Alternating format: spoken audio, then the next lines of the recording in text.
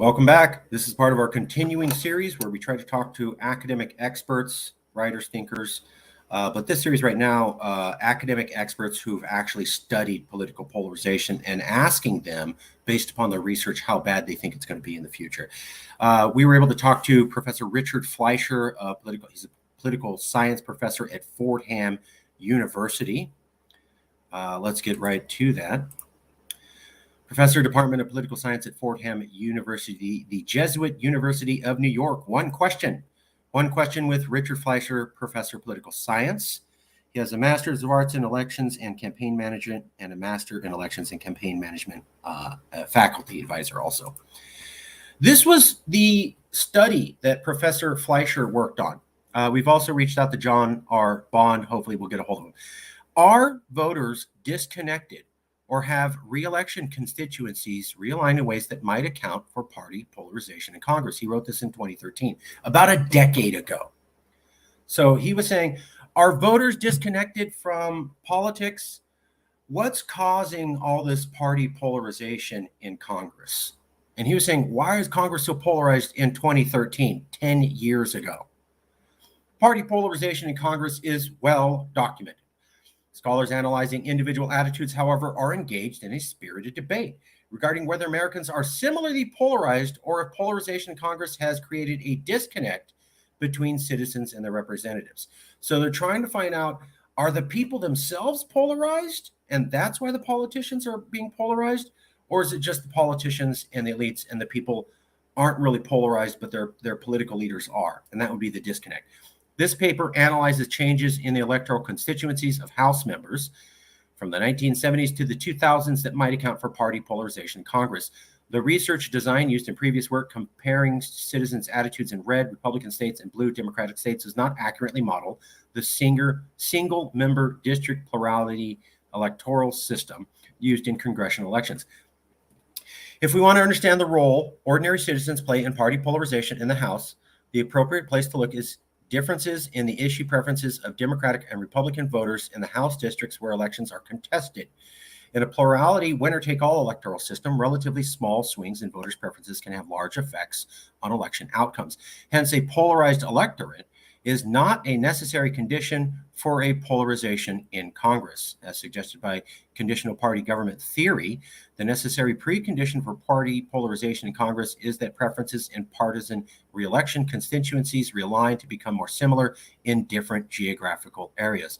We find evidence that voters' preferences in partisan re-election constituencies have realigned in ways consistent with the CPG theory. I think that's the conditional party government theory.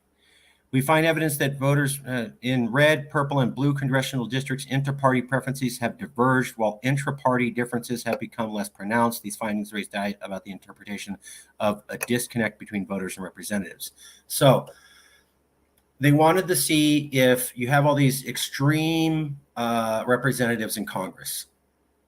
Are those people being elected that way because the public themselves is polarized? Or there's this theory that the public really isn't polarized. They all get along. It's just the politicians. The politicians are just doing this for themselves.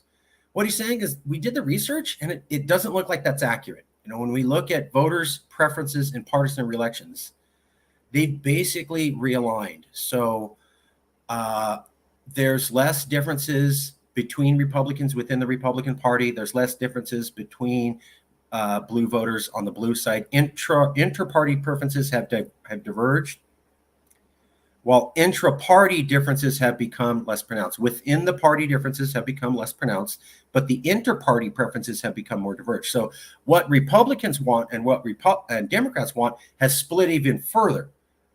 But the divergence opinions within the Democrats and within the Republicans has shrunk. That backs up that the public itself is polarized.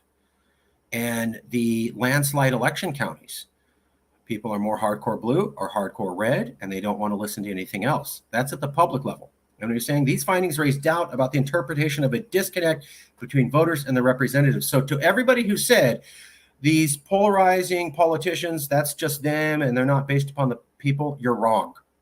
The public is polarized and they're helping make the politicians polarized. That's what he's saying. 10 years ago, he said that. Let's go to sorry.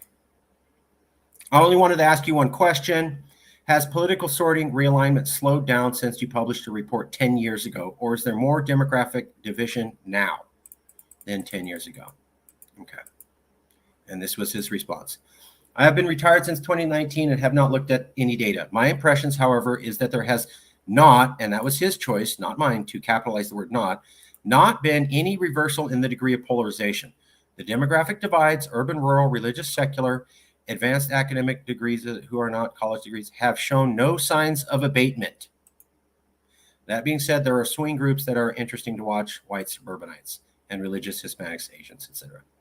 So any reversal in the degree of polarization? There has not been any reversal in the degree of polarization since I wrote this paper in 2013 over the last 10 years. I wrote a paper talking about how people are polarized, and that's causing the politicians to be polarized, and everybody's wrong saying that the people are not that polarized. And you're asking me 10 years after I wrote that paper, are things better? They are not better. Polarization has not been reversed. The demographic divide, so no signs of abating. Nothing's gotten better at all. It's only gotten worse. That's what he's saying from his study. And this was a very popular study. And he's saying, since I looked at that, things have only gotten worse. So I looked at this issue 10 years ago. It was super polarized. It's only become worse, in my opinion. Professor Richard Fleisher. Thank you.